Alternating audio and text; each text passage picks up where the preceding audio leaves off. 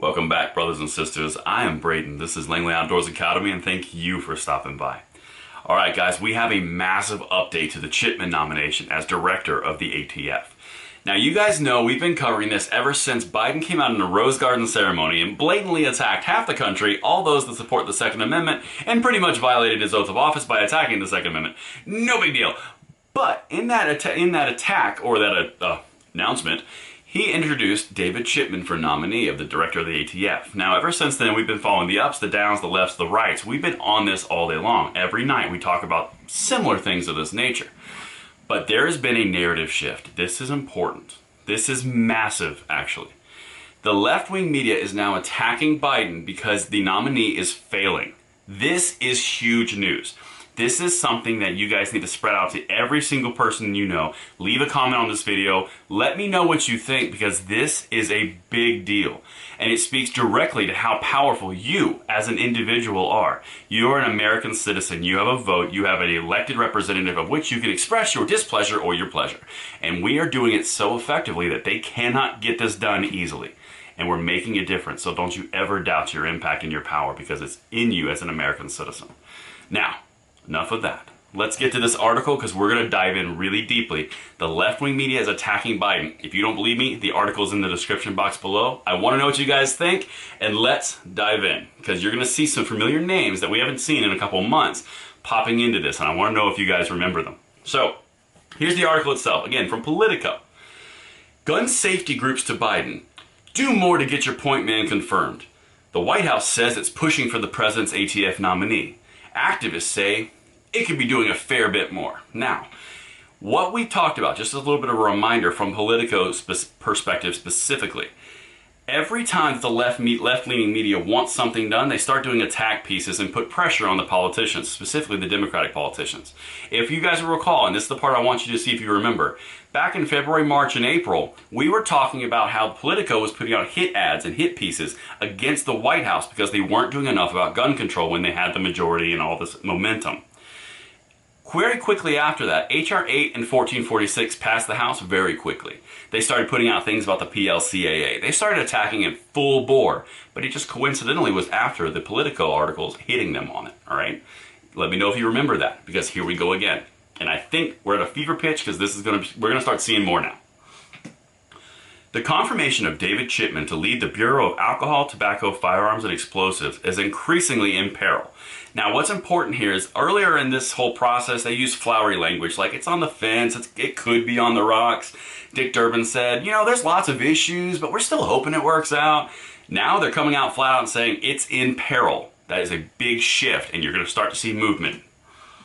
And now gun violence survivors and activists are going public with their long-simmering private frustrations, saying President Joe Biden could have done more. Now, you know on this channel we dive into the why, the what, and the verbiage really, really closely on what they're actually saying. Did you catch what they just did there?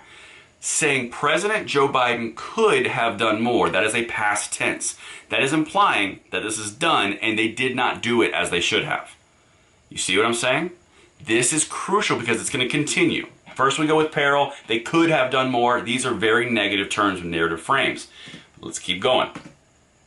In a half-dozen interviews, those advocating for Chipman's confirmation complain that Biden and his top aides have not leaned enough on Democratic senators to get them to support the confirmation. All right, again, pressure. There is a ton of frustration among the large gun violence prevention groups that it's not a priority, an advocate said.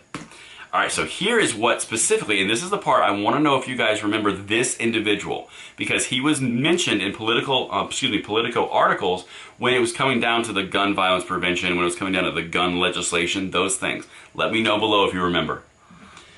The White House has really dropped the ball here, and if Chipman is not confirmed, that will be a significant letdown to survivors of gun violence across the country, and will have the effect of undermining their effort to reduce gun homicides, said Igor Volsky. Does that name ring a bell? It's the same advocate that was putting pressure for nothing happening earlier in the year, and complaining that they weren't involved enough in the political process of H.R. 8 and 1446. Executive Director for the advocacy group Guns Down America. Biden told us during the campaign trail that this is a priority and the administration insists that he is in charge of driving this issue. He needs to step on the accelerator, so he's pissed.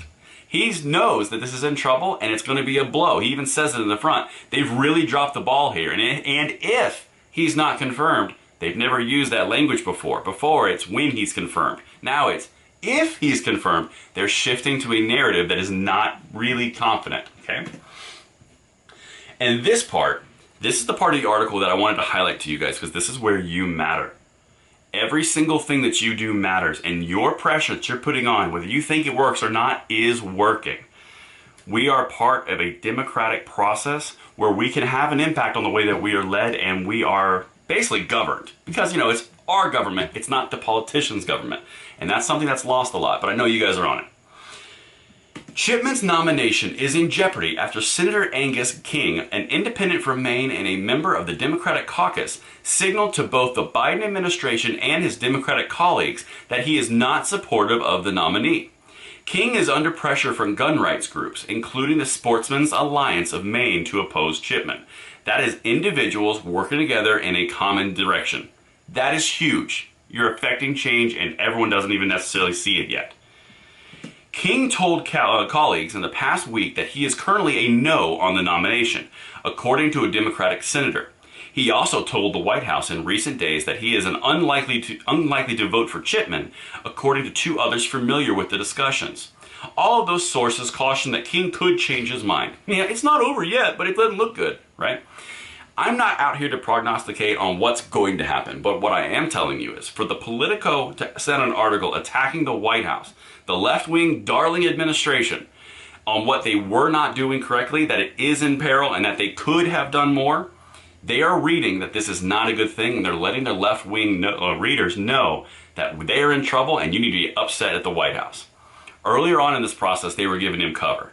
Now they're not giving him cover anymore, and expect action pretty soon. You're going to see something out of the White House, something out of the Democratic presidency, somewhere in that administration where you're going to see pressure starting to be exerted because they don't like negative pressure from the liberal media. They never have and they never will, but it's a really good way to tell what's going to happen next. Let me know what you guys think in the comments below, and until tomorrow, I'm Braden. See you later.